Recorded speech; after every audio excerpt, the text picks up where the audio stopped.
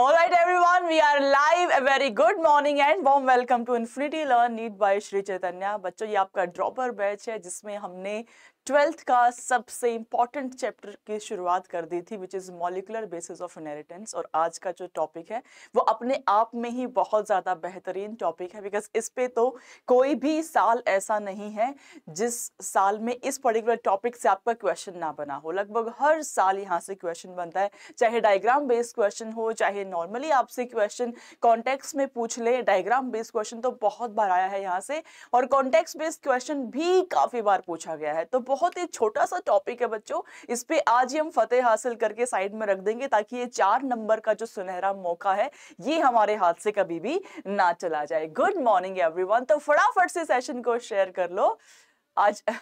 बिल्कुल Sarthak, hello hello, good afternoon. Soni, hello, good afternoon. फटाफट से सेशन को शेयर कर दो, फिर हम शुरुआत करते हैं अपने आज के इस सुपर अमेजिंग टॉपिक की। तो बच्चों, ये जो आपका चैप्टर है molecular basis of inheritance, first and foremost thing, ये एक ऐसा चैप्टर है जो पूरा आपका जेनेटिक्स का, मैं कहूंगी कन्वेंशनल साइड को छोड़ के बिल्कुल ही एनालिसिस वाले साइड में आ जाता है। तो इस चैप्टर पे आपके बहुत सारे क्वेश्चंस आना शुरू हो चुके हैं। 7 to 8 क्वेश्चंस इस एक पर्टिकुलर चैप्टर से निकल के आ जाते हैं। तो 7 to 8 क्वेश्चंस में तो आप कोई भी टॉपिक को नहीं छोड़ सकते हो। बीट योर स्टार्टिंग वाला छोटा सा टॉपिक डीएनए का structure and its function, be it genetic material की कैसे हमने सर्च किया, कैसे हमने फाइंड आउट किया कि आरएनए नहीं, प्रोटीन नहीं, it is ultimately the DNA molecule which should be regarded as the genetic material. तो चाहे कोई भी छोटा टॉपिक क्यों ना हो इस चैप्टर का, उसको आप नहीं छोड़ सकते हो। एक बहुत ही 4 लाइनों में सेंट्रल डॉगमा का कॉन्सेप्ट आपको दिया हुआ है। वो सेंट्रल डॉगमा की कॉन्सेप्ट पे भी डायग्राम बेस्ड क्वेश्चन भी आपसे पूछ लेता है एग्जामिनर, और नॉर्मली भी आपसे पूछ लेता है कि डीएनए से डीएनए में आपने कन्वर्जन किया, what do you call that, this will be replication. इस पे आपका मल्टीपल चॉइस क्वेश्चन भी आ जाता है कि रेप्लिकेशन में क्या होता है, ट्रांसक्रिप्शन में क्या होता है, ट्रांसलेशन में क्या होता है, लाइक दैट। तो इस पर्टिकुलर टॉपिक पे तो क्वेश्चन आपके बनते ही बनते हैं। तो एमबीआई इज अ टॉपिक जिससे 7 से 8 सवाल, 7 से 8 सवाल का मतलब आप समझ रहे हो ना। इस साल आपने देखा ना कि कट ऑफ कितना हाई गया है। कट ऑफ इतना हाई गया है कि 716 पे इतने सारे बच्चे हैं, 710 के ऊपर तो बहुत सारे स्टूडेंट्स हैं। तो इसीलिए रैंक भी आप देख रहे हो बहुत ज्यादा बढ़ती जा रही है, और कट ऑफ इतना हाई हो गया है, कंपटीशन डे बाय डे बढ़ता जा रहा है। और जब आप लोगों का नंबर आएगा 2024 का, 21 लाख से तो ज्यादा ही स्टूडेंट्स बैठने वाले हैं, ये आप मान के चलो, ठीक है। तो कंपटीशन इससे भी ज्यादा टफ होगा। तो इसीलिए अभी से ही कुर्सी की पेटी बांध के बैठना है हमें, अभी से ही कमर कस के बैठना है, ताकि हम एक भी चीज को मिस आउट ना करें। और जब एविडेंटली हमें दिख रहा है कि इस चैप्टर से इतने क्वेश्चंस आ रहे हैं, तो इस चैप्टर में तो हम कोई चांस ले ही नहीं सकते हैं। पेपर पूरा एनसीईआरटी बेस्ड आता है, क्वेश्चन सारे एनसीईआरटी बेस्ड ही पूछे जाते हैं इस टॉपिक से। एक भी क्वेश्चन आज तक एनसीईआरटी से बाहर नहीं पूछा गया है। एनालिसिस है, एनसीईआरटी बेस्ड है, तो एनसीईआरटी को पूरा मंच की पढ़ाई कर लेते हैं बच्चों। Good afternoon. We have Indian के नाम से एक बच्चा, hello how are you, hello Megha Bharti, good afternoon. 4 college से बीडीएस का आया है, बट मेरे को बीडीएस नहीं करना, तो आई सेड नो। देखो मेघा भारती, बहुत ही सिंपल सी बात है, this is your life, you have to choose it. आपको समझ में आना चाहिए कि अगर मुझे बीडीएस नहीं करना है तो I will not do it for sure, I will do MBBS only. मैं आपको बता रही हूँ, आज से 10-15 साल के बाद जब सोचोगे ना इस साल के बारे में, तो ये 1 साल मायने ही नहीं रखेगा बिल्कुल भी कि आपने ड्रॉप लिया था नहीं लिया था, कोई नहीं पूछने वाला। Don't settle for less, it's your life, you have to decide for yourself, है ना। बाकी दुनिया वाले आके आपको कुछ भी बोल दें। बहुत सारे लोग होते हैं जो आपको डीमोटिवेट करने में लगे रहते हैं, जो आपके अंदर नेगेटिविटी पोर करने में लगे रहते हैं, बट उस डीमोटिवेशन को अपने ब्रेन पे हैवी नहीं होने देना है। It is you which has to live this particular life। तो आपको ही डिसाइड करना है कि बीडीएस करना है नहीं करना है। नहीं करना चाहते हो बिल्कुल मत करो, कोई फोर्स नहीं है किसी की भी तरफ से। एमबीबीएस में फॉर श्योर हो जाएगा, और अगर एमबीबीएस में नहीं हुआ तो अगले साल बीडीएस तो तुम्हें मिल ही जाएगा पक्का से, ठीक है। अरमान, मैं बहुत बढ़िया हूँ बेटा। सौरभ कुमार, मेरा ऑफलाइन कोचिंग नहीं है बेटा, हम ऑनलाइन ही पढ़ाते हैं। तो इन्फिनिटी लर्न के प्लेटफॉर्म पे जो श्री चैतन्य का ऑनलाइन वर्टिकल है, हम यहाँ पे ऑनलाइन पढ़ाते हैं आपको। Ashish Kumar very good morning. अरमान हेलो। उसके लिए कितने मार्क्स चाहिए बेटा? मेगा भारती एमबीबीएस के लिए कितने मार्क्स चाहिए? मैं कल एक सेशन बना चुकी हूं उस पे। इस साल का कट ऑफ थोड़ा ज्यादा हाई गया है, तो इस साल के कट ऑफ में इंक्लूसिव ऑफ मॉपअप राउंड कितने रैंक आपकी होनी चाहिए, इस पे हम चर्चा कल की क्लास में कर चुके हैं। और आज भी 2023 वाले स्टूडेंट्स के लिए हम कुछ ऐसा प्लान जरूर बना देंगे जिसमें आपकी हेल्प हो पाए। ठीक है जी। Keshav hello good afternoon. तो भाई मैं आपको ये बता रही थी, ये जो एक टॉपिक है which is regulation of gene expression, it is very important. इसको चाहे मैं लैक ऑपेरॉन के नाम से पढ़ा दूं, चाहे आपको रेगुलेशन के नाम से पढ़ा दूं।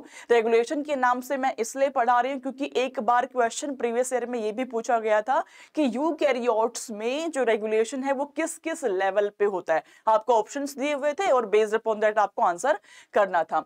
हेलो मैम, मैं रोशन। हाँ जी रोशन, बहुत मुबारक है और बहुत स्वागत है आपका सेशन में।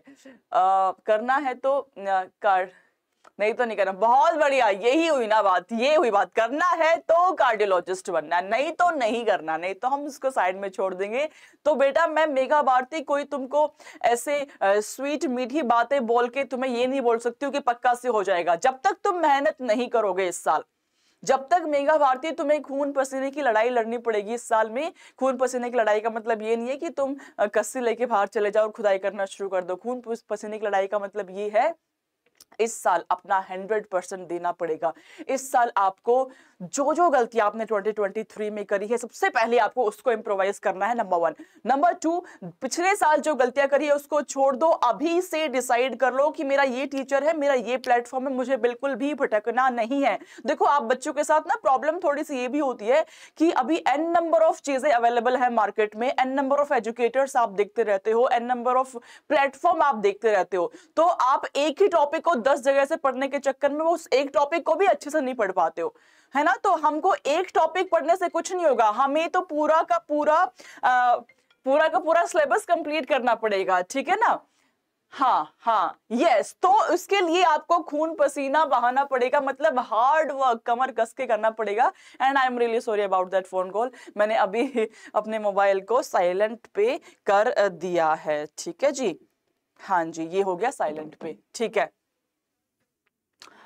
जीशन, अभी मेरा 12th हुआ है, मैंने नीट आज तक नहीं दिया है। जीशन खान, अगर ये तुम्हारा फर्स्ट बारी तुम दे रहे हो नीट को, तो आपको मैं एक डाटा बता देती हूँ। 12th के बाद देने वाले जो स्टूडेंट्स होते हैं, जो फ्रेशर होते हैं, नॉर्मली जनरली 90% केसेस में वही टॉपर होते हैं। आप देख लो, आप एग्जाम्पल खोज लो, ड्रॉपर से ज्यादा टॉपर्स की मैं बात कर रही हूँ, क्वालिफाइंग स्टूडेंट्स की मैं बात नहीं कर रही हूँ। जो टॉप करता है, जो रैंक 1 लाते हैं, जो टॉप 10 में होते हैं, वो नॉर्मली 12th के बाद वाला बच्चा ही होता है, ठीक है। तो उस 12th के जीशन खान, इसके लिए तो आपको अपने दिल से पूछना पड़ेगा। अगर आपकी आत्मा से, आपकी इंट्यूशन से आवाज अगर यस आती है देन गो फॉर इट, और अगर नहीं आती है देन लीव इट, ठीक है। ठीक है, डन। हाँ जी ma'am, become the big issue. Soni, मैं इसी बार 12th किया है, मैंने भी इसी बार 12th किया है सोनी। तो ये आपका फर्स्ट अटेम्प्ट होने वाला है बच्चों। फर्स्ट अटेम्प्ट में तो टॉपर निकलते हैं फॉर श्योर। चलो बातें होती रहेंगी सेशन के बीच में भी। हम शुरुआत कर देते हैं अपनी क्लास की। क्लास पूरी की पूरी आपकी एनसीईआरटी बेस्ड क्लास होगी, इसलिए पहले रिक्वायरमेंट ये है मेरी कि आप अपनी एनसीईआरटी लेकर के बैठो मेरे सामने। एनसीईआरटी लेकर के बैठेंगे, अपनी पेंसिल लेके बैठेंगे और एक पेपर लेके बैठो जहां पे कि आप जो मैम फ्लो चार्ट बनवाएंगी वो फ्लो चार्ट बनाते हुए चलना। किस टाइप के क्वेश्चंस आते हैं, किस लाइन से क्वेश्चन आए हैं, each and everything will be shared with you in this particular lecture. So you just have to stay tuned. Session को शेयर कर दो अब की अब, इसको अपने स्टेटस पे लगा लो, व्हाट्सएप पे, इंस्टाग्राम, टेलीग्राम, जितने भी ग्राम्स यूज कर रहे हो सबके ऊपर स्टेटस इसको लगा लो सेशन को। And then let's get started everyone. So regulation of gene expression की हम शुरुआत कर रहे हैं बच्चे। मैंने आपको ट्रांसक्रिप्शन कंप्लीट करा दिया है, ट्रांसलेशन कंप्लीट करा दिया है, रेप्लिकेशन कंप्लीट करा दिया है। तो जिस भी बच्चे को इन तीनों प्रोसेस में कुछ भी डाउट है, बड़ा ही सुंदर तरीके से कहानी की तरह आपको विस्तार में समझाया गया है, तो आप उसको देख लीजिए, प्लेलिस्ट में आपको लेक्चर मिल जाएगा फॉर श्योर। ठीक बात है जी। प्लेलिस्ट में आपको लेक्चर मिल जाएगा। तो एनसीईआरटी ओपन, यस और no everyone? NCERT is open, yes और नो एवरीवन? जो मुझे आता है कर लूंगा और जो मुझे नहीं आता वो मैम से सीख लूंगा। ये हुई ना बात, ये हुई ना बात। जो तुम्हें आता भी है क्या पता उसमें गलती हो, वो भी मैम तुमको रिवाइज करा देगी। ठीक है, let's get started everyone with super duper high जोश। और जब भी कोई क्लास करने बैठते हो, सुबह सुबह जब उठते हो ना, तो उठते के साथ कभी भी अपना मोबाइल मत उठाया करो। उठते के साथ अपने ब्रेन से ये पूछा करो कि यार ये 2024 का जो नीट का पेपर आने वाला है ना, उसमें मुझे अपना 100% देना है, उसमें मुझे एक्सक्यूज मी, उसमें मुझे अपनी एक सीट को जरूर सिक्योर करना है। तो अपने आप से ये वादा करके बैठा करो। इसीलिए क्लास में आने से पहले मैं हमेशा लिखवाती हूँ अपने बच्चों से, दिल से अपनी आत्मा से आवाज निकालते हुए आप चैट बॉक्स में एक बार लिखो #NEET2024 मेरा है, #NEET2024 मेरा है। इसको मान के चलो, इसको अपनाना शुरू कर दो, मैनिफेस्टेशन शुरुआत कर दो अभी से, तब जाके एक गवर्नमेंट सीट तुम्हें मिल पाएगी। ठीक है, स्क्रीन पे दिख नहीं रहा बेटा, स्क्रीन को एक बार आप रिफ्रेश कर लो। मेरे यहां से स्क्रीन आपको परफेक्टली दिख रही होगी, रोशन। हाँ बिल्कुल, अपना 100% देना है, दैट्स इट। ठीक है, अपना 100% देना है। #NEET2024 मेरा है। Come on everyone in the chat box, आत्मा से आवाज निकलनी चाहिए। सिर्फ ऐसा लिखने की मैम ने बोला तो एटीपी खर्चा करके लिख दिया, ऐसा नहीं होना चाहिए। आपके दिल से, आपकी आत्मा से आवाज आनी चाहिए। #NEET2024 मेरा है। Let's get started everyone. मैंने आपको समझाया बच्चों अब तक की क्लास में कि जो डीएनए है, डीएनए से आप डीएनए की कॉपीज बना सकते हो, and the process my dear kids is called as replication. इसको आप रेप्लिकेशन कहते हो। यस और no in the chat box, yes और नो? यस, डीएनए से डीएनए बनाना कहलाता है रेप्लिकेशन। डीएनए से मेरे बच्चों आप आरएनए भी बना सकते हो। तो डीएनए से जो आरएनए बनाने की प्रोसेस है उसको आप कहते हैं जी ट्रांसक्रिप्शन। बोलो यस और नो? ट्रांसक्रिप्शन। आरएनए से हम प्रोटीन बना पाते हैं, जो हमने लास्ट क्लास में पढ़ा है, and the process my dear बच्चास is called as translation. RNA से प्रोटीन बनाना कहलाता है ट्रांसलेशन।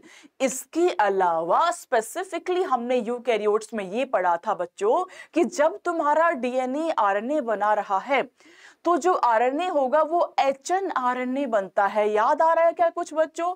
कैसा आरएनए बन रहा था? बोलो मैम, हेट्रोजीनस न्यूक्लियर आरएनए बन रहा था। इस एचएनआरएनए को हमने मैच्योर आरएनए में कन्वर्ट किया था। इसको मैंने एमआरएनए में कन्वर्जन कराया था।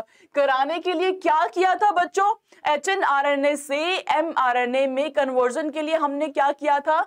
बोलो मैम, हमने प्रोसेसिंग करवाई थी। उस प्रोसेसिंग में क्या क्या हुआ था बच्चों? 3 चीजें हुई थी, बताओ मुझको चैट बॉक्स में। उस प्रोसेसिंग में क्या क्या हुआ था बच्चों? यार ये फ्रेंडशिप ना बाद में करना, पहले एनसीईआरटी से फ्रेंडशिप कर लो, उसके बाद में देखो। मेरे प्रोफेसर मेरे टाइम पे एक बात बोलते थे, और वो मैं आप बच्चों को एकदम वो क्या बोलते हैं, ऑनेस्टी से, स्ट्रेट फॉरवर्ड से समझाना चाह रही हूँ कि अगर अभी से इन चक्करों में पड़ जाओगे ना कि तू मेरी गर्लफ्रेंड बन जा, तू मेरा बॉयफ्रेंड बन जा, तो ये गर्लफ्रेंड बॉयफ्रेंड भी नहीं रहेगा और सिलेक्शन तो गया भाड़ में।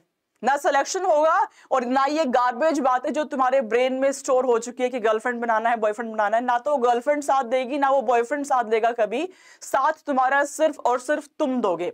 तो सिर्फ अपने ऊपर मेहनत करो, अपने आप को इम्प्रोवाइज करने में मेहनत करो, अपने आप को इम्प्रूव करने में मेहनत करो। अपना जो समय व्यतीत करते हो सिर्फ अपने ऊपर करो, किसी के ऊपर भी समय व्यतीत, अपना व्यतीत नहीं, वेस्ट करना होता है वो। ठीक है, हाँ ठीक है, चलो सुपर, आ जाओ। तो मुझे बताओ, एचएनआरएनए से हमने कन्वर्जन किया एमआरएनए में, उसके लिए हमने प्रोसेसिंग करी, और इसका पार्ट थे आपके 3 चीजें। पहली चीज क्या थी? बोलो मैम, हमने कैपिंग कराई थी। यस और no in the chat box? पहली चीज क्या थी? हमने कैपिंग कराई थी। कैपिंग क्या होती है बच्चों?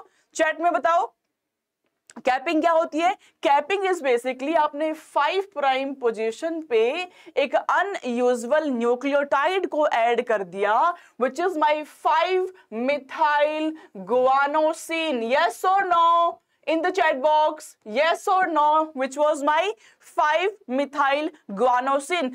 दूसरी चीज जो मैंने ऐड करी थी that was splicing. स्प्लाइसिंग में हमने क्या किया था, एचएनआरएनए में मेरे पास इंट्रॉन्स भी थे, एक्सॉन भी था. इंट्रॉन जो इंटरवेनिंग सीक्वेंस होती है वो नॉन कोडिंग पार्ट है, एंड एक्सॉन जो कि कोडिंग पार्ट होता है. तो बेसिकली हमने इंट्रॉन्स को रिमूव किया था और एक्सॉन्स को ज्वाइन कर दिया था ताकि हमारे पास सिर्फ और सिर्फ कोडिंग सीक्वेंस ही रहे. तो removal of introns and joining back of all the exons would be your splicing. वो क्या हो जाएगा, स्प्लाइसिंग हो जाएगी. Number 3 will be your tailing. Tailing में हमने क्या किया था, हमने पॉली ए की टेल को ऐड कर दिया था. 250 से 300 एडेनिन रेजिड्यूज को लास्ट में हमने लगा दिया था ताकि आपका जो प्रोसेस है वो एफिशिएंटली हो पाए. Am I clear? हाँ जी, एम आई क्लियर? तो भाई प्रोसेसिंग में आपकी 3 चीजें इन्वॉल्व थी. Number 1 capping, number 2 splicing, number 3 telling. अब आ जाते हैं रेगुलेशन ऑफ जीन एक्सप्रेशन पे. एनसीईआरटी सबकी ओपन है, यस और no in the chat box. NCERT सबने ओपन करके रखी है, चैट में बताओ मुझे. पेन एंड पेंसिल तैयार है, एनसीईआरटी तैयार है, यस एवरीवन? हाँ जी, तैयार है, यस मैम. पेंसिल भी है पास में, तो लिखते हुए चलो मेरे साथ में. दिस इज योर, ये जो 3 लाइनें हैं ये आपका प्रीवियस ईयर क्वेश्चन है. जहां जहां पे मैम प्रीवियस ईयर क्वेश्चन लिखेंगी आप लिख लेंगे this is MCQ alert of NCERT. ये वो पार्ट है जहां से एनसीईआरटी से क्वेश्चंस आते हैं. This is your MCQ alert of NCERT. Regulation of gene expression.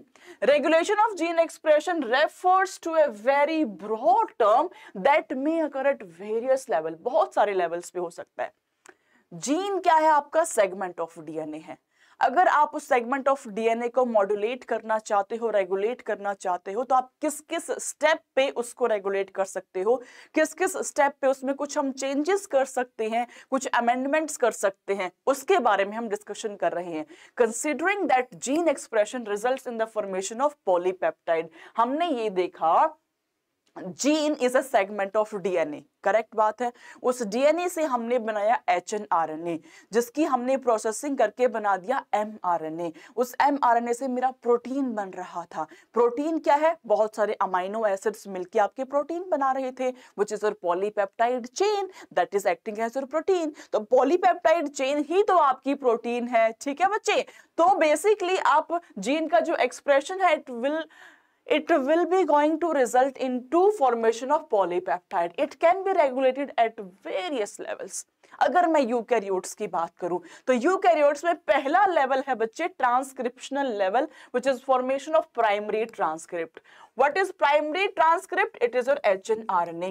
तो सबसे पहला लेवल जहां पे कि मैं उस जीन के एक्सप्रेशन को चेंज कर सकती हूं, मॉड्यूलेट कर सकती हूं, दैट विल बी ट्रांसक्रिप्शन का लेवल. Where is that? जब डीएनए से आपका एचएनआरएनए में कन्वर्जन हुआ है, that is your transcriptional level. Am I clear in first step? Am I clear in first step? Yes or no everyone?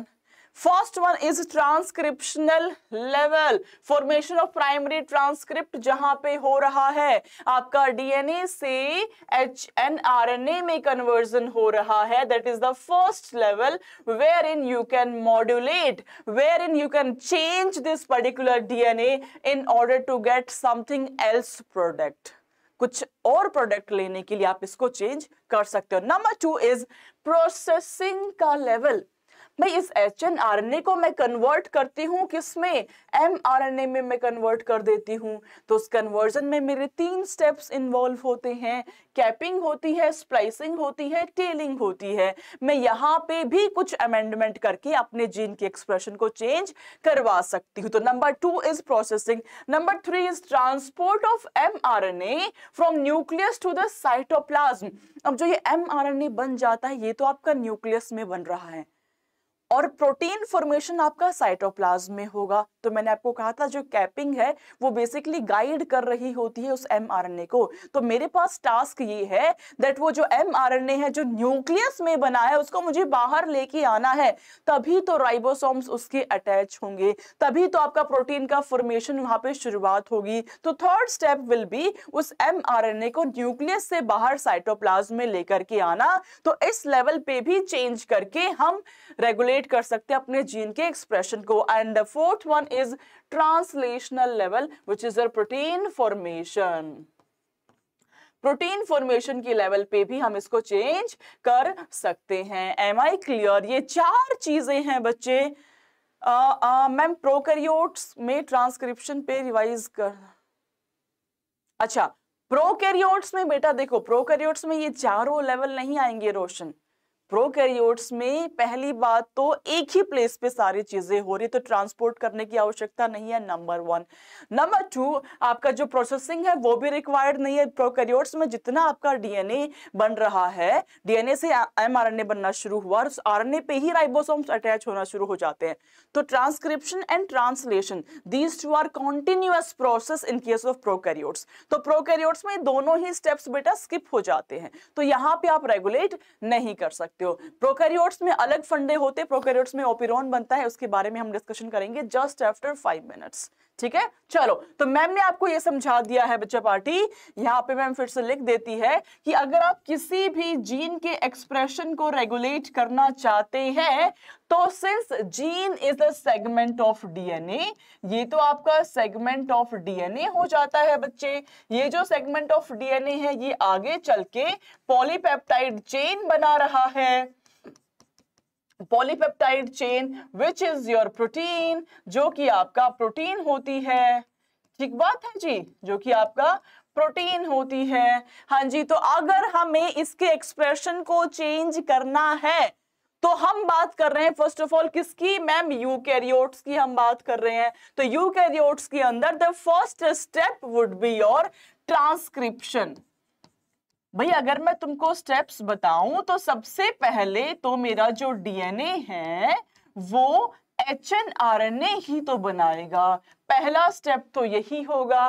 Second step ये होगा जो मेरा एचएनआरएनए है वो कन्वर्ट होगा एमआरएनए में which is my mature RNA, जो कि एक्चुअली प्रोसेस में पार्टिसिपेट करने वाला है। ठीक है जी, एचएनआरएनए का जो कन्वर्जन है एमआरएनए में, उसमें प्रोसेसिंग होगी, तीन चीजें इन्वॉल्व होंगी। नंबर वन यहाँ पे मैं लिख देती हूं, कैपिंग हो जाएगी जी इसकी। कैपिंग में आप 5 प्राइम पोजीशन पे 5 मिथाइल ग्वानोसिन को ऐड करते हो। नंबर 2 में बच्चों स्प्लाइसिंग हो जाएगी, जिसमें कि आप इंट्रॉन्स को रिमूव करके एक्सॉन्स को ज्वाइन कर देते हो। और नंबर 3 बच्चों आपकी टेलिंग हो जाएगी, जिसमें कि आप पॉली ए की टेल को ऐड कर देते हो। नंबर 2 क्लियर है? क्लियर है? क्लियर है? ठीक है। नाउ नंबर 3 पार्ट इज, जो ये एमआरएनए है ये कहां पे बन रहा है? ये न्यूक्लियस में बन रहा है। मैं यूकैरियोट्स की बात कर रही हूं। अब न्यूक्लियस से इसको बाहर निकालना पड़ेगा, बिकॉज साइटोप्लाज्म में ही तुम्हारा राइबोसोम्स है, साइटोप्लाज्म में ही तुम्हारा प्रोटीन का फॉर्मेशन होने वाला है। तो now the third step is transport of this mRNA into cytoplasm. यहां पे भी अगर मैं कुछ भी चेंजेस कर दूं बच्चों तो भी मेरा जीन का एक्सप्रेशन रेगुलेट हो जाएगा। बेटा it is heterogeneous nuclear RNA, heterogeneous nuclear RNA. ठीक है। And number 4 will be my translational level, मतलब जब मैं प्रोटीन फॉर्मेशन में पार्टिसिपेट कर रही हूं उस लेवल पे। तो ये 4 स्टेप्स पे मैं यूकैरियोट्स में जीन के एक्सप्रेशन को रेगुलेट कर सकती हूं। Am I clear to all my kids out there? Yes, याद है? हाँ। Am I clear to all my kids out there? कुछ भी डाउट है बच्चों सेशन को शेयर करते चलो, इसको लाइक करते चलो। जितना आप अपने आसपास के बच्चों के साथ में इसको शेयर करोगे उतना ही उनको भी बहुत ज्यादा हेल्प मिलेगी। और हेल्प जब आप करते हो ना तो वो कहीं ना कहीं टर्न बैक होके आपके पास जरूर आती है। तो इसीलिए मैं बोलती हूँ अपने स्टेटस पे लगा दो, ताकि जिसको भी रिक्वायरमेंट है इस लेक्चर की उसके पास ये लेक्चर पहुंच जाए। ठीक है, चलो सुपर, ये 4 बातें समझ आ गई है, तो हम चलते हैं जी वापस से अपनी स्लाइड्स पे। यस, तो एनसीईआरटी में मैंने आपको ये बताया बच्चों कि ये 4 स्टेप्स के ऊपर आपका पहले भी क्वेश्चन आया हुआ है, एंड यू नेवर नो आगे भी क्वेश्चन आ सकता है। तो आपको सिंपली ये 4 स्टेप्स सीक्वेंस में याद होने चाहिए, सीक्वेंस भी आपसे एग्जामिनर पूछ सकता है, ठीक है। चलो सुपर, चलते हैं जी आगे।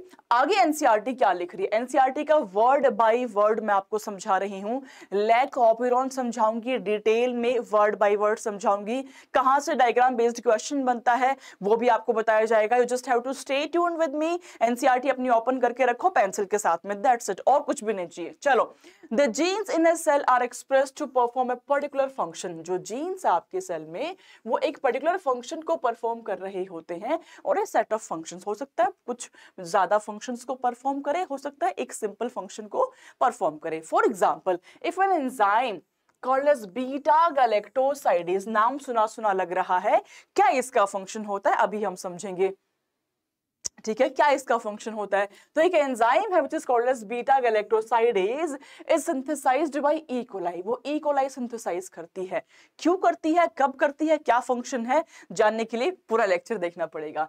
तो beta galactosidase is an enzyme which is synthesized by your E coli.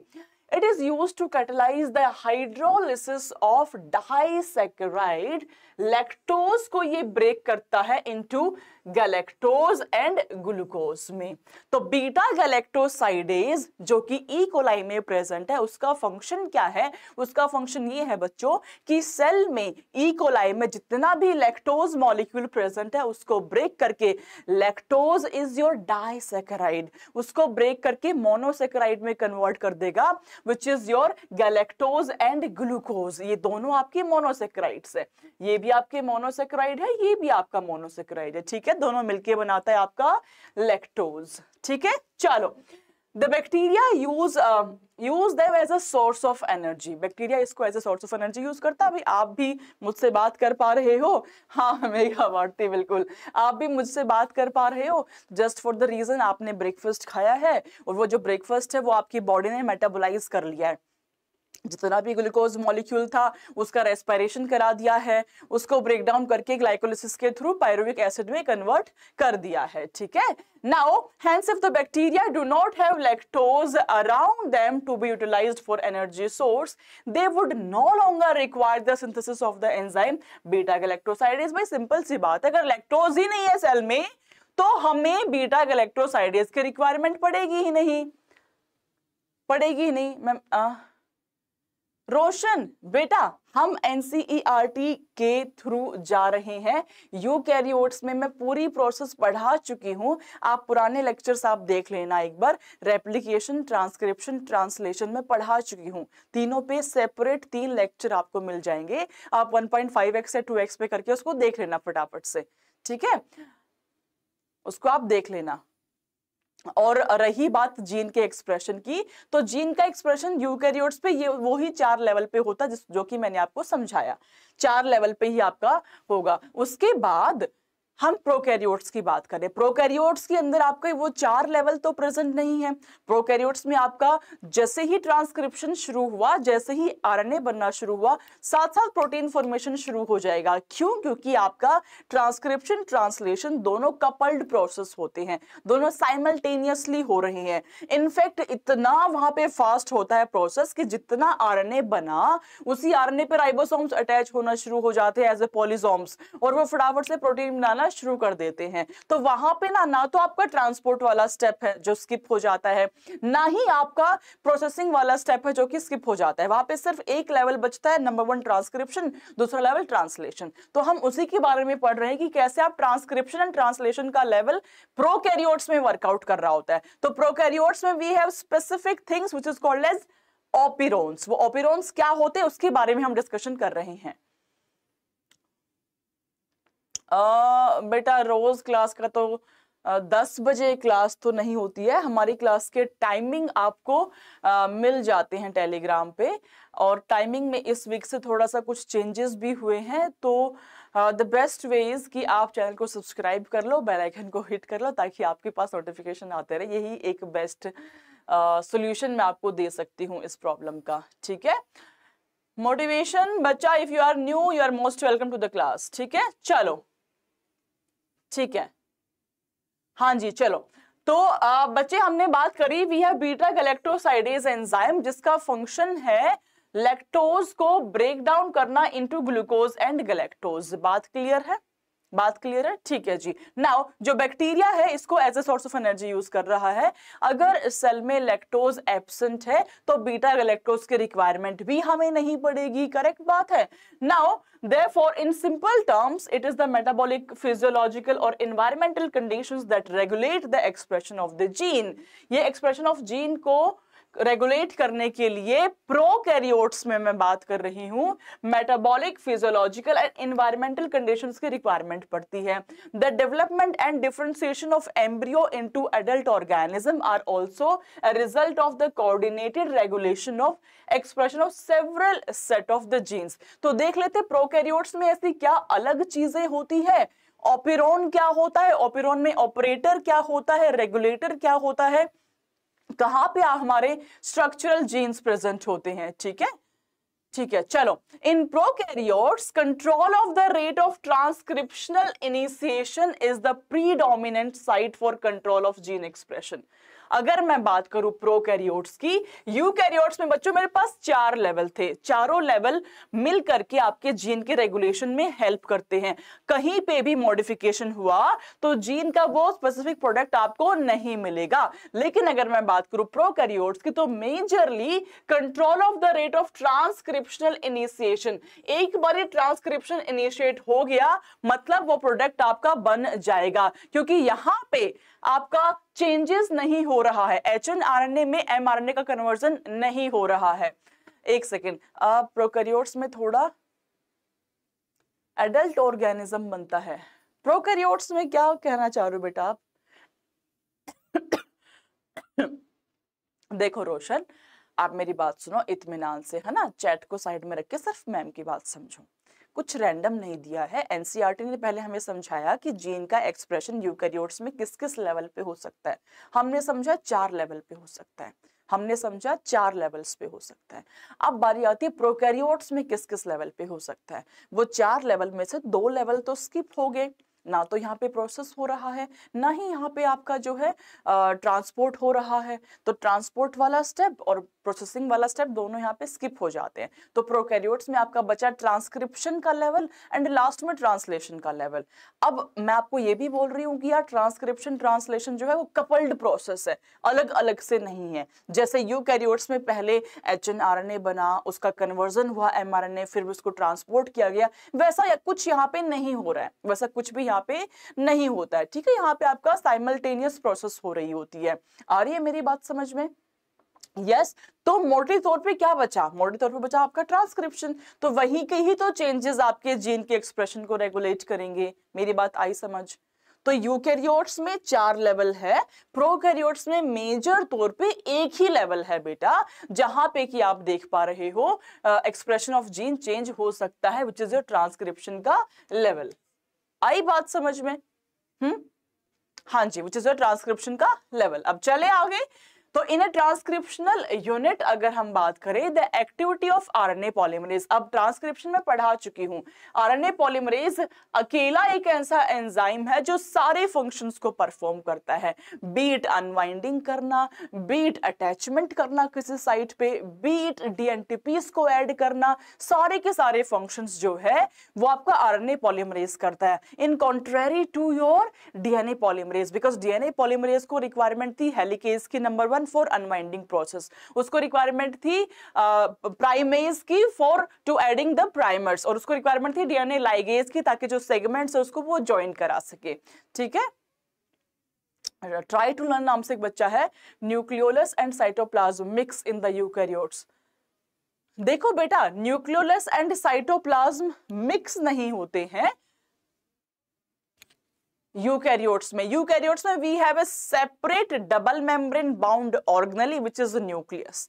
तो न्यूक्लियस के अंदर तुम्हारा डीएनए प्रेजेंट है और बाहर में हमारा साइटोप्लाज्म प्रेजेंट है। तो कुछ चेंजेस अंदर डीएनए में हो रहे हैं और वहां से बाहर निकल के साइटोप्लाज्म में आ जाती हैं सारी चीजें, ठीक है। तो ये दो सेपरेट एंटिटीज है।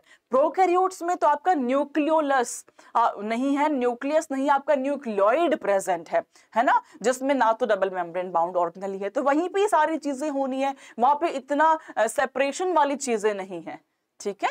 हाँ हाँ बिल्कुल, अब आपने बिल्कुल सही कहा, अब आपने बिल्कुल सही कहा, ठीक है। चलो, तो हम बात कर रहे हैं प्रोकैरियोट्स की, ना कि यूकैरियोट्स की। प्रोकैरियोट्स में ट्रांसक्रिप्शन के लेवल पे मेजर तौर पे सारा कंट्रोल हो जाता है, क्योंकि आगे कुछ बचा ही नहीं है, ना तो वो कन्वर्जन होना है, ना ही उसका ट्रांसपोर्ट होना है। करेक्ट बात है। Now in a transcription unit the activity of RNA polymerase at a given promoter is in turn regulated by interaction with accessory proteins which affect its ability to recognize the start site। अब देखो, मैंने आपको ये कहा था बच्चों, याद करो, आरएनए पॉलीमरेज जो है वो वन मैन आर्मी है, वो इकलौता ही सारा काम संभाल रहा है। चाहे डीएनए की अनवाइंडिंग करनी हो, चाहे प्रोसेस को स्टार्ट करना हो, चाहे स्टॉप करना हो, चाहे डीएनटीपीस को ऐड करना हो, तो सबका सारा का सारा function was performed by a single enzyme which was RNA polymerase. याद आ रही है बात। अब आपने मुझसे क्वेश्चन पूछा था, मैम तो इसको कैसे पता चलेगा कहां से स्टार्ट करें कहां पे एंड करें? तो मैंने आपको समझाया था भाई, स्टार्ट साइट के लिए हमारे पास सिग्मा फैक्टर होता है, स्टॉप करने के लिए हमारे पास रो फैक्टर होता है। तो सिग्मा जैसे ही अटैच हुआ, वैसे ही आरएनए पॉलीमरेज के पास ये नोटिस गया, जैसे आपके पास नोटिफिकेशन आता है वैसे इसके पास भी नोटिफिकेशन गया that we have to start the process. तो जैसे ही सिग्मा फैक्टर आया, प्रोसेस की शुरुआत हो जाएगी, डीएनटीपीज ऐड होना शुरू हो जाएंगे। जैसे ही रो फैक्टर आया, प्रोसेस वहीं पे एंड हो जाएगा। तो आरएनए पॉलीमरेज के लिए रिकॉग्नाइज करने की यही दो चीजें हैं कि सिग्मा आया तो शुरुआत कर देनी है, रो फैक्टर आया तो खत्म कर देना है। जैसे ही सिग्मा हट गया, मुझे डीएनटीपीज को ऐड कर देना है, एज सिंपल एज दैट, ठीक है। आप लास्ट पैरा का डाउट, लास्ट पैरा में क्या डाउट है बेटा? आप डाउट तो पूछो। प्रोकैरियोट्स में आप डाउट पूछो प्लीज, है ना। XYZ बातें मत लिखो, सिर्फ डाउट लिखो, ठीक है, सिर्फ डाउट लिखो। I will clear that out. हाँ जी, तो मैंने आपको ये बताया बच्चों कि जो आरएनए पॉलीमरेज है at a given promoter is in turn regulated by interaction with accessory protein. तो एक्सेसरी प्रोटीन्स आपकी क्या है? आपका सिग्मा फैक्टर, आपका रो फैक्टर। यूकैरियोट्स का क्या बेटा? यूकैरियोट्स का आगे भी तो लिखो, यूकैरियोट्स में बहुत सारी चीजें हैं, बहुत सारी चीजें हैं यूकैरियोट्स में। आपका स्पेसिफिक डाउट लिखो, यूकैरियोट्स में क्या डाउट है बच्चे? कम ऑन, मैं आप ही का इंतजार कर रही हूँ, पहले आपका डाउट क्लियर होगा, बाद में आगे बढ़ा जाएगा। बताओ बताओ बताओ, शाबाश। हाँ जी, फटाफट से बताओ, फटाफट से बताओ। लास्ट पैरा में यूकैरियोट्स की बात किया, लास्ट पैरा में मैंने यूकैरियोट्स की बात ये किया बेटा, इस पैरा में कि जो यूकैरियोट्स हैं वहां पे लास्ट पैरा में हमने ये बात करी, जो यूकैरियोट्स है उसमें हम 4 लेवल पे रेगुलेट कर सकते हैं। पहला लेवल है ट्रांसक्रिप्शन का लेवल, दूसरा लेवल है प्रोसेसिंग का लेवल, तीसरा है transport of that mRNA from nucleus to the cytoplasm, and fourth आपका ट्रांसलेशन का लेवल, ठीक है। ये 4 लेवल पे हमने बात करी। उसके बाद हमने प्रोकैरियोट्स की शुरुआत कर दी। प्रोकैरियोट्स में हमने ये समझा कि यहाँ पे बीटा गैलेक्टोसाइडेज करके एक एंजाइम है जो स्पेसिफिकली इकोलाई में प्रेजेंट है, और इकोलाई में आपका लैक्टोज को ब्रेक कर रहा होता है। चलो भाई आगे आगे बढ़ जाते हैं। तो प्रोकैरियोट्स में हमारे पास आरएनए पॉलीमरेज प्रेजेंट है बच्चे, जो एक्सेसरी प्रोटीन के जुड़ने के बाद स्टार्ट एंड स्टॉप करता है प्रोसेस को। आगे देखते हैं। These regulatory proteins can act as both positively और नेगेटिवली। ये जो आपके रेगुलेटरी प्रोटीन्स हैं ये पॉजिटिवली भी फंक्शन कर सकते हैं एंड नेगेटिवली भी फंक्शन कर सकते हैं। अगर ये पॉजिटिवली फंक्शन कर रहे हैं तो उसको आप एक्टिवेटर्स कहते हैं, और अगर नेगेटिवली कर रहे हैं तो उसको आप रिप्रेसर्स कहते हैं। रिप्रेस मतलब प्रोसेस को सप्रेस कर देना, स्टॉप कर देना। एक्टिवेटर मतलब प्रोसेस को इनिशिएट करके बढ़ा देना। तो ये जो आपकी प्रोटीन है ये पॉजिटिवली भी एक्ट कर सकते हैं, नेगेटिवली भी एक्ट कर सकते हैं, दोनों को हम पढ़ेंगे स्टेप्स में, ठीक है। The accessibility of promoter region of prokaryotic DNA is in many cases regulated by the interaction of protein with the sequence termed as operator. तो वी हैव नंबर 1 रेगुलेटर, वो रेगुलेटर आपका क्या तो एक्टिवेटर को synthesise कर सकता है या आपके रिप्रेसर को सिंथेसाइज कर सकता है। Number 2 we are having operator. देखते हैं ऑपरेटर का फंक्शन क्या है। The operator region is adjacent to the promoter, promoter के पास में प्रेजेंट है इन मोस्ट ऑपीरोन, मैक्सिमम ऑपीरोन में, and in most cases the sequence of the operator binds repressor protein, वो इससे बाइंड अगर कर जाता है तो आपके प्रमोटर से जो आरएनए पॉलीमरेज है वो अटैच नहीं हो पाएगा। Each operon has its specific operator and specific repressor. For example हम यहाँ पे लैक ऑपीरोन की बात करने वाले हैं, डिटेल में हम लैक ऑपीरोन के प्रमोटर एंड ऑपरेटर की बात करते हैं। हाँ जी, ऑपरेटर एंड प्रमोटर की बात करते हैं। तो लैक ऑपीरोन क्या होता है इसमें हमें समझ में आएगा डिटेल में, what is operator, what is promoter, what are regulatory genes, ठीक है। तो the lac operon, the elucidation of the lac operon was a result of close association of two scientists, number 1 Jacob and Monod। Very important previous question यहां से पूछा गया है, दोनों ही scientist के नाम बहुत ज्यादा इंपॉर्टेंट है, एमसीक्यू अलर्ट ऑफ एनसीईआरटी है। Jacob and Monod, these were the 2 scientist जिन्होंने मिल करके लैक ऑपीरोन को इजाद किया। They were the first to elucidate a transcriptionally regulated system. इन्होंने हमें समझाया कि प्रोकैरियोट्स में कैसे ट्रांसक्रिप्शन पे रेगुलेशन हो रहा है। In lac operon, lac refers to lactose, lac का मतलब है जी लैक्टोज, अभी समझ में आएगा, थोड़ा सा सब्र की आवश्यकता है आपको, ठीक है। लैक ऑपीरोन में lac refers to lactose, a polycistronic structural gene. जो लैक्टोज है वो आपका पॉलीसिस्ट्रोनिक स्ट्रक्चरल जीन है। तो प्रोकैरियोट्स में हमने बात करी थी बच्चों, प्रोकैरियोट्स में पॉलीसिस्ट्रोनिक सिस्टम वर्कआउट कर रहा होता है, एंड यूकैरियोट्स में monocistronic, we have a single cistron eukaryotes में, ठीक है। Now we have a common promoter and regulatory gene. Such arrangement is a very common in bacteria और उसको आप ऑपीरोन कह देते हैं। ऑपीरोन में आपके पास lac operon, TRP operon, ara operon, his operon, well operon, बहुत सारे ऑपीरोन है, बट क्वेश्चन हमेशा आपका लैक ऑपीरोन से ही आता है। तो मैं आपको लैक ऑपीरोन इस डायग्राम से समझाती हूं पहले, ताकि आपको क्लैरिटी हो, और क्लैरिटी होने के बाद क्या प्रमोटर है क्या ऑपरेटर है आप समझ पाए। Good afternoon Newton. ऑपरेटर की बात अभी क्लियर होगी मेगा, थोड़ा सा ना पेशेंस से सुनो, पहले सुनोगे तो समझ में आएगा आपको। मैं अच्छे से आप इसको पढ़ा देती हूँ, उसके बाद भी नहीं समझ में आए फिर आप मुझसे पूछना, ठीक है। Good afternoon Newton. हाँ जी, तो क्वेश्चन बच्चों यहां से आपका डायग्राम बेस्ड आता है, बहुत बार यहां से क्वेश्चन पूछा गया है। जिसको ऑपरेटर क्या है प्रमोटर क्या है नहीं समझ में आया, अभी मेरी बात सुनना इत्मीनान से, सब कुछ समझ में आएगा। तो दिस अरेंजमेंट जो आप देख पा रहे हो, this is called as lac operon, इसको आप ऑपीरोन कहते हैं। ऑपीरोन में क्या होता है, ऑपीरोन में वी हैव आई जो कि आपका रिप्रेसर है, P जो कि आपका प्रमोटर है, O जो कि आपका ऑपरेटर है, और ये आपके स्ट्रक्चरल जीन्स है, ये आपके स्ट्रक्चरल जीन्स है। ध्यान देना, सिर्फ और सिर्फ मेरी बात सुनना, चैट को साइड में रखो, सिर्फ और सिर्फ मैम की बात सुनना। This I is your repressor,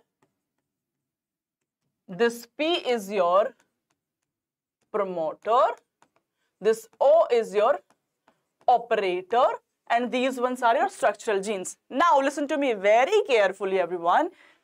ये जो I जीन है,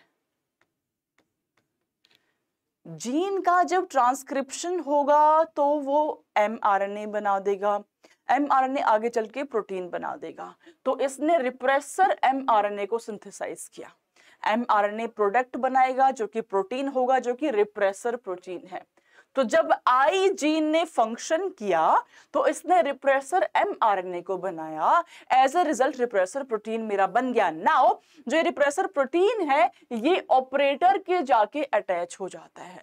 अब ट्रांसक्रिप्शन में मैम ने आपको ये कहा था कि आरएनए पॉलीमरेज जो है, RNA polymerase will bind to the promoter sequence और बाइंड करके वो ट्रांसक्रिप्शन कर देता है, आगे डीएनटीपीस को ऐड कर देता है। ये बात क्लियर है? ये बात क्लियर है? मैंने कहा जो आरएनए पॉलीमरेज है आपका, आरएनए पॉलीमरेज आपका प्रमोटर से बाइंड करता है, बाइंड करके टर्मिनेटर सीक्वेंस तक डीएनटीपीस को ऐड करता हुआ जाता है। बात क्लियर है? नाउ हम ये समझ रहे हैं कि ओपिरोन में ये कैसे वर्कआउट करता है। तो ओपिरोन सिस्टम में मेरे पास ये आई जीन है जो रिप्रेसर एमआरएनए को बना के रिप्रेसर प्रोटीन बना देगा, ये पी है which is acting as promoter, ये ओ इज योर ऑपरेटर और ये मेरे स्ट्रक्चरल जीन्स है ZYA। बताऊंगी तीनों क्या क्या ट्रांसक्राइब कर पाते हैं। नाउ जब ये रिप्रेसर प्रोटीन बन गया तो इसकी एफिनिटी होती है, इसका क्लोज एसोसिएशन होता है किससे? ऑपरेटर से। अगर सेल में रिप्रेसर प्रोटीन बना तो बनते के साथ वो जाके अटैच कर लेगा ऑपरेटर से। क्या करेगा? अटैचमेंट को शो करेगा किससे? ऑपरेटर से। अब अगर ऑपरेटर से अटैचमेंट हो गया तो प्रमोटर से आरएनए पॉलीमरेज बाइंड कर पाएगा कि नहीं कर पाएगा? बोलो मैम नहीं कर पाएगा, क्योंकि रास्ता ही नहीं है आगे। ये ZYA ये जो जीन्स है इसके ट्रांसक्रिप्शन के लिए हमें रास्ता तो चाहिए ना। तो repressor will bind to the operator and prevent RNA polymerase from transcribing the operon. तो यहाँ पे आपका ट्रांसक्रिप्शन, हाँ जी बिल्कुल न्यूटन करेक्ट बात, ट्रांसक्रिप्शन इन तीनों जीन्स का होगा नहीं होगा? नहीं हो पाएगा। इसका मतलब सिस्टम क्या हो गया? स्विच ऑफ हो गया, स्विच ऑफ हो गया। और ये कब हम कर रहे हैं? जब हमारी सेल में लैक्टोज एब्सेंट है, जब हमें ब्रेक नहीं कराना है। ये प्रोकैरियोट्स में हो रहा है। कब होगा? जब हमारी सेल में लैक्टोज एब्सेंट है। मेरी बात समझ आई? क्या ऑपरेटर है, क्या प्रमोटर है? प्रमोटर सीक्वेंस तो आपको पहले से ही पता है, जहां पे आरएनए पॉलीमरेज आपका बाइंड करता है और स्ट्रक्चरल जीन्स का ट्रांसक्रिप्शन परफॉर्म कराता है, that is your promoter sequence. Operator sequence एक ऐसी है जो प्रमोटर के बाद में प्रेजेंट है। सेल में अगर रिप्रेसर प्रोटीन बना तो वो जाके ऑपरेटर से बाइंड कर लेता है, और अगर नहीं बना तो नहीं कर पाएगा। तो अगर बाइंड कर लिया तो आरएनए पॉलीमरेज ट्रांसक्रिप्शन नहीं करवा पाता, और अगर बाइंड नहीं किया तो ट्रांसक्रिप्शन करवा पाएगा। तो एक केस सिनेरियो मेरे पास वो है जब there is absence of inducer. जब ये इंड्यूसर मतलब मेरा लैक्टोज एब्सेंट है, जब लैक्टोज एब्सेंट है तो उस केस में आई जीन रिप्रेसर बना देगा और ये जाकर के अटैचमेंट कर लेगा ऑपरेटर से। तो इस केस में आपका ट्रांसक्रिप्शन नहीं हो पाएगा, ये सिस्टम जो है वो स्विच ऑफ रहेगा क्योंकि लैक्टोज मेरे पास प्रेजेंट नहीं है। दूसरा केस नंबर 2 ये है, केस नंबर 2 ये है। नाउ व्हाट विल हैपन, अगर मान लीजिए सेल के अंदर आपका लैक्टोज प्रेजेंट है, सेल के अंदर अगर लैक्टोज आपका प्रेजेंट है तब क्या होगा? तो ये आई तो अपना रिप्रेसर एमआरएनए ही बनाएगा, रिप्रेसर प्रोटीन बनाया। नाउ जो लैक्टोज प्रेजेंट था वो आके यहाँ पे बाइंड कर लेगा, अब इस रिप्रेसर को इनएक्टिवेट कर देगा। तो उस केस में हमने ये पढ़ा कि जो रिप्रेसर है ये ऑपरेटर के जाके बाइंड कर दिया था, अब यहाँ पे ये इनएक्टिव हो गया, तो क्या ये बाइंड कर पाएगा? बोलो मैम नहीं कर पाएगा। अगर ये बाइंड नहीं कर पाया ऑपरेटर के, तो जो मेरा आरएनए पॉलीमरेज है वो प्रमोटर के बाइंड कर लेगा। अगर उसने प्रमोटर के बाइंड कर लिया तो मेरे जो स्ट्रक्चरल जीन्स हैं ZYA, इसका ट्रांसक्रिप्शन हो जाएगा कि नहीं होगा? यस मैम हो जाएगा, क्योंकि पॉलीमरेज ने बाइंड कर लिया तो ऑब्वियसली वो आपका ट्रांसक्रिप्शन करा देगा। तो जो Z जीन है वो बनाता है बीटा गैलेक्टोसाइडेज, जिसका काम क्या था अभी मैम ने बताया, जिसका काम था लैक्टोज को ब्रेक करना। किसमें मैम? ग्लूकोज एंड गैलेक्टोज में, जो कि एनसीईआरटी में पढ़ के बताया मैम ने, ग्लूकोज में एंड गैलेक्टोज में। जो वाई जीन है ये परमिएज को सिंथेसाइज करता है, इसका काम क्या है? परमिएट करना। मतलब ये जो लैक्टोज है ये अगर किसी सेल को परमिएट करके जा पाएगा that will be perform by your परमिएज। And जो ए जीन है ये ट्रांस एसिटाइलेज बनाता है, इसका फंक्शन अभी तक हमें क्लियर नहीं है कि एग्जैक्टली क्या फंक्शन करता है। एनसीईआरटी भी ये कहती है कि यार ये एफिशिएंट प्रोसेस के लिए रिक्वायर्ड है, बट एक्चुअल में क्या इसका फंक्शन है ये हमें नहीं पता। अब आई बात मेरी समझ?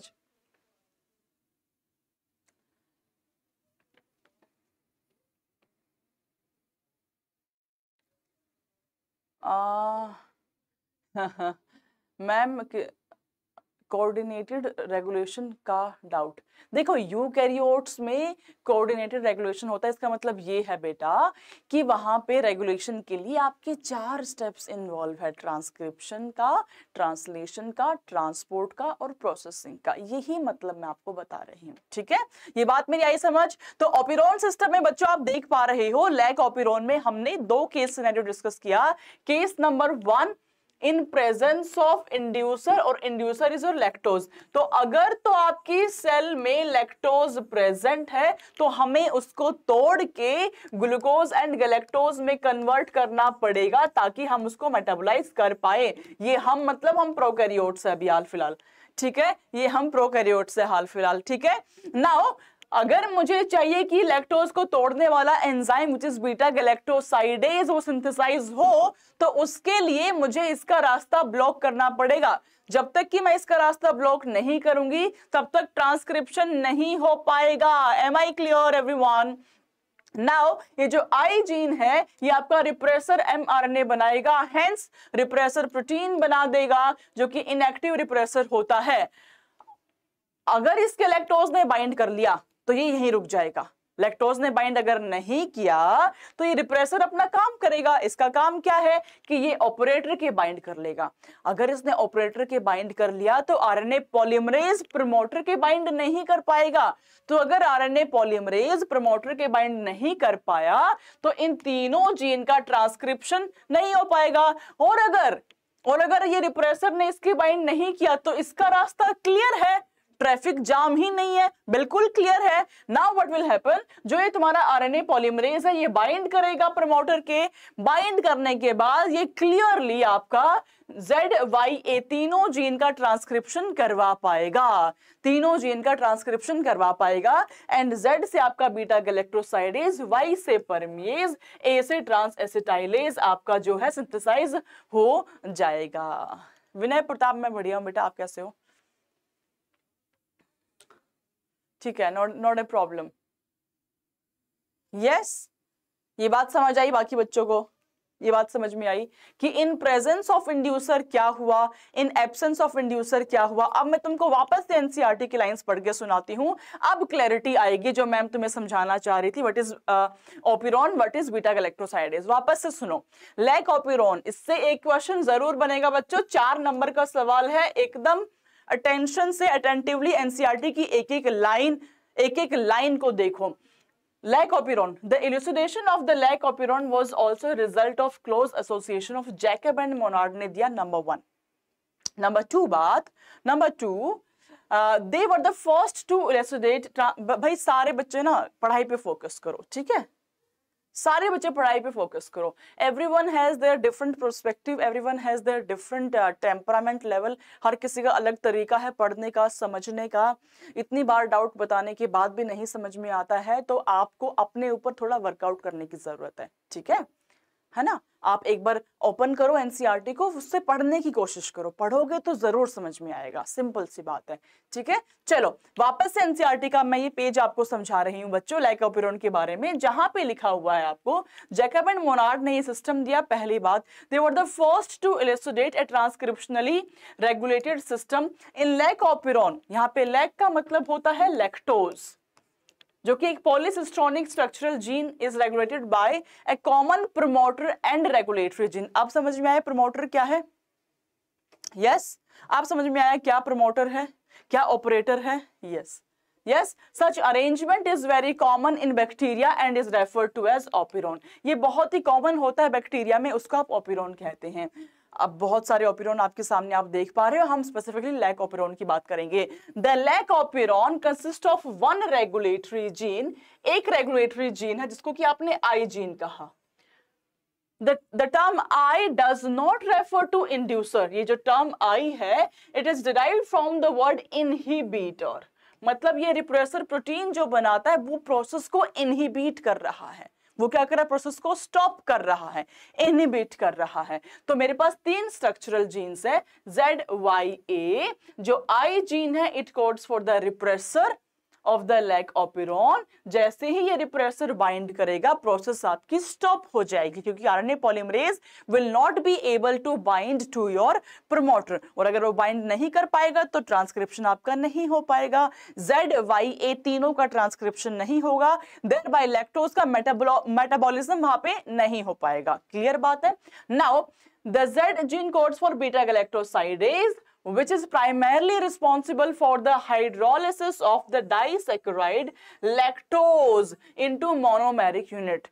तो आपका जो बीटा गैलेक्टोसाइडेज है वो लैक्टोज को ब्रेक डाउन करता है into glucose and galactose. The Y gene codes for the permease, जो Y है ZYA 3 थे, जो Y है it codes for permease which increase permeability of the cell to beta galactosidase, वो परमिएबिलिटी को बढ़ाता है ताकि बीटा गैलेक्टोसाइडेज एंट्री कर सके उसमें। ठीक है। Now the third one, the A gene, it codes for trans-acetylase। इसका फंक्शन अभी तक क्लियर नहीं है कि इसका एक्चुअल फंक्शन क्या होता है, बट तीनों मिल करके एफिशिएंटली आपके लैकोपिरोन को वर्कआउट करा पाते हैं। Now all the 3 genes products in lac operon are required for metabolism, तीनों की रिक्वायरमेंट होती है फॉर मेटाबॉलिज्म ऑफ लैक्टोज। तो ट्रांस एसिटाइलेज का फंक्शन हमें क्लियर नहीं है, लेकिन इसका भी रिक्वायरमेंट होता है प्रोसेस में ताकि एफिशिएंटली लैक्टोज को मेटाबोलाइज कराया जा सके। In most other operon as well, the gene represent in the operon are needed together to function in the same or related metabolic pathway। सारे जीन्स जो है साथ साथ में फंक्शन कर रहे होते हैं। Y जीन, बेटा देखो मेरी बात समझो, अगर तुम्हें Y जीन का फंक्शन नहीं समझ में आया, ZYA, it is very very very important, very very very important. जो Z है ये जीन्स है आपके, अगर आरएनए पॉलीमरेज ने फंक्शन किया तो वो ट्रांसक्रिप्शन यहां पे होने देगा, ट्रांसक्रिप्शन अगर यहां पे हो गया तो Z will code for beta galactosidase, beta galactosidase. Your Y gene will code for परमिएज and your A gene will code for trans-acetylase, trans-acetylase। ठीक है। जो बीटा गैलेक्टोसाइडेज है, ध्यान देना, जो बीटा गैलेक्टोसाइडेज है ये लैक्टोज को ब्रेक कराता है into glucose and galactose. Lactose आपका डाइसैकेराइड है, ग्लूकोज गैलेक्टोज आपके मोनोसैकेराइड है। क्लियर है, ये दोनों आपके मोनोसैकेराइड है। क्लियर है। नाउ जो ये लैक्टोज है इसका ब्रेक कराना जरूरी है because it is acting as a major source of energy. Correct है। नाउ परमिएज जो है इसका क्या फंक्शन होगा, सेल के अंदर जब तक कि बीटा गैलेक्टोसाइडेज नहीं आएगा वो उसको ब्रेक नहीं कर पाएगा, तो सेल की परमेबिलिटी को बढ़ाता है आपका permease. It will increase the permeability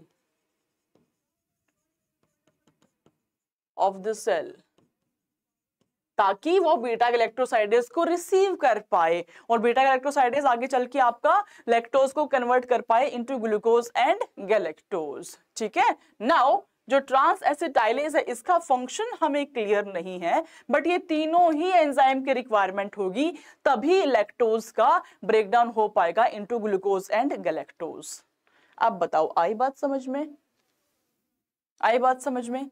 ZYA तीनों किस किस एंजाइम को बना रहे हैं, तीनों का क्या मेन फंक्शन है, कैसे लैक्टोज का मेटाबॉलिज्म हो पाएगा, अगर लैक्टोज प्रेजेंट है तो क्या होगा, लैक्टोज एब्सेंट है तो क्या होगा।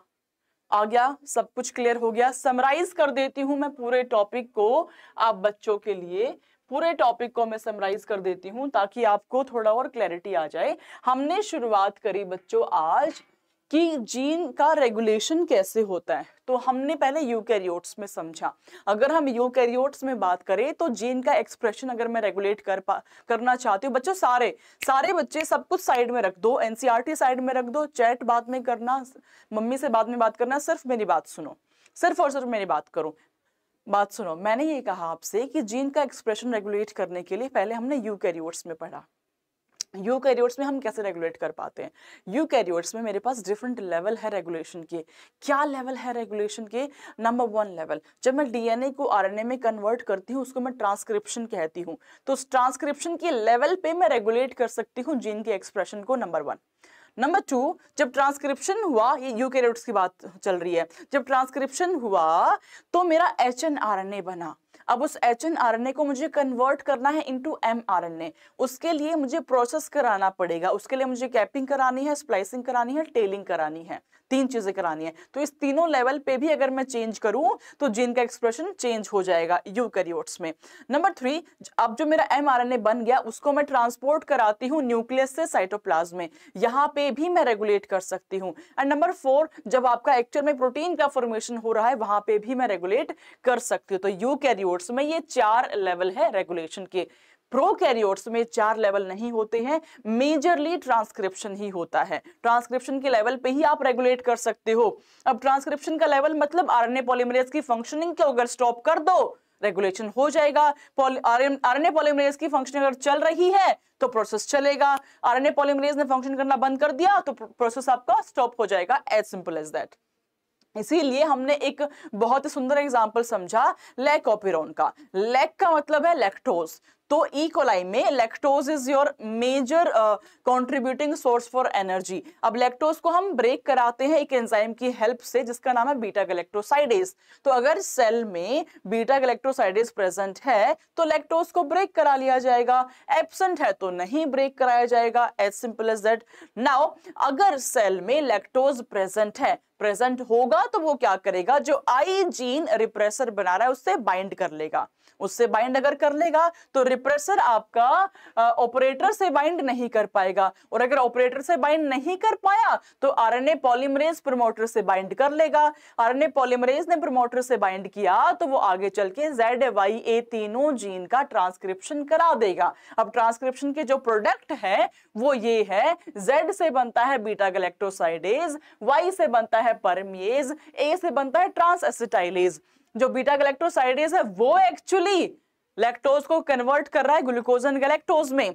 इसका काम है परमिएबिलिटी बढ़ाना, इसका फंक्शन हमें क्लियर नहीं है, पर तीनों जब तक नहीं होंगे एफिशिएंट मेटाबॉलिज्म ऑफ लैक्टोज नहीं हो पाएगा। इसलिए तीनों की ही हमें रिक्वायरमेंट पड़ती है यहाँ पे। तो इन प्रेजेंस ऑफ इंड्यूसर मतलब तुम्हारा लैक्टोज, अगर लैक्टोज प्रेजेंट है तो वो बाइंड कर लेगा, प्रोसेस आपकी हो जाएगी, तीनों एंजाइम्स आपके बन जाएंगे, लैक्टोज का ब्रेकडाउन आपका हो जाएगा। But in absence of inducer, absent अगर होगा तो क्या होगा, आपका लैक्टोज ही नहीं प्रेजेंट है तो आई जीन ने रिप्रेसर बनाया, रिप्रेसर के पास कोई आया नहीं बाइंड करने के लिए, तो ये तो अपना मजे से जाकर के ऑपरेटर से बाइंड कर लिया। तो अब इसने ऑपरेटर से बाइंड कर लिया तो अब आरएनए पॉलीमरेज का रास्ता रुक गया, है ना। रास्ता रुक गया मतलब ट्रांसक्रिप्शन नहीं हो पाया, ट्रांसक्रिप्शन नहीं हो पाया मतलब तुम्हारा लैक्टोज जो है वो मेटाबोलाइज नहीं हो पाएगा, बिकॉज ब्रेकडाउन नहीं हो पाएगा। ब्रेकडाउन नहीं होगा तो मेटाबॉलिसिस उसका नहीं हो पाएगा। अब मुझे बताओ, कहीं पे भी कुछ भी डाउट है पूरी प्रोसेस में तो प्लीज मुझसे पूछो। कहीं पे भी कुछ भी डाउट है तो प्लीज बच्चों पूछ लो। यस एवरीवन, हाँ प्लीज वो पैरा खोल दो जिसमें जिनके चारों पॉइंट है बात के मतलब। स्लाइड नंबर 2, ठीक है, रोशन के लिए हम स्लाइड नंबर 2 ओपन करते हैं। This is slide number 2। हाँ बताओ बेटा, यहाँ पे क्या डाउट है आपको, क्या डाउट है आपको? यहाँ पे मैंने लैक्टोज के बारे में समझाया, बीटा गैलेक्टोसाइडेज का फंक्शन क्या है इसके बारे में हमने बात करी। Yes, hence in the bacteria do not have lactose around। अगर बैक्टीरिया में लैक्टोज नहीं है यूटिलाइज करने के लिए, they would no longer require enzyme beta galactosidase। अगर रिक्वायरमेंट है तो वो रिक्वायरमेंट उसकी होती है। तो प्रोकैरियोट्स में आपका बेसिकली, प्रोकैरियोट्स में in simple term it is the metabolic, physiological और environmental conditions that regulate the expression of the gene। Prokaryotes की यहाँ पे बात हो रही है, ठीक है, प्रोकैरियोट्स की यहाँ पे बात हो रही है। The development and differentiation of embryo into adult organism are also a result of, अच्छा, रेगुलेशन ऑफ। देखो, जो डेवलपमेंट आपका हो रहा है एम्ब्रियो का इनटू एडल्ट ऑर्गेनिज्म, आप ये समझो एम्ब्रियो से जो एडल्ट ऑर्गेनिज्म बना है वो, उसमें भी तो बहुत सारे सेट ऑफ जीन्स की रिक्वायरमेंट है, ये यहाँ पे आपको लिखा हुआ है। एडल्ट ऑर्गेनिज्म बोला यूकैरियोट्स के बारे में, ये एक सिंपल एग्जांपल कोट कर रहा है कि बैच में पढ़ते हैं, नवीन जोशी सर के बैच में पढ़ते हैं। अच्छा, नवीन सर आपको केमिस्ट्री पढ़ाते हैं, चलो ठीक है, सुपर बच्चों। तो आज के लिए इतना ही, जीन एक्सप्रेशन हमने समझ लिया। हम वापस से मिलेंगे, प्लांट किंगडम चैप्टर हमारा कंप्लीट हो चुका है, उस पर बेस्ड हम क्वेश्चंस करेंगे, ठीक है। चलो, कुछ भी आपका डाउट अब भी अगर रह जाता है तो चैट बॉक्स में मुझे लिख देना, चैट बॉक्स में इस सेशन के एंड में कमेंट सेक्शन में अपना डाउट डाल देना, उसको मैं आंसर कर दूंगी। आपकी नेक्स्ट क्लास शुरुआत हो चुकी है, मिलते हैं नेक्स्ट क्लास में जो आपकी 11th की क्लास होगी। चलो बच्चों, till then bye bye everyone, do take care of yourself, अच्छे से मस्त रहो, स्वस्थ रहो, व्यस्त रहो, परेशान मत हो, त्रस्त मत हो, खुश रहो, जो भी प्रॉब्लम है उसका सोल्यूशन भी है। Bye everyone, bye.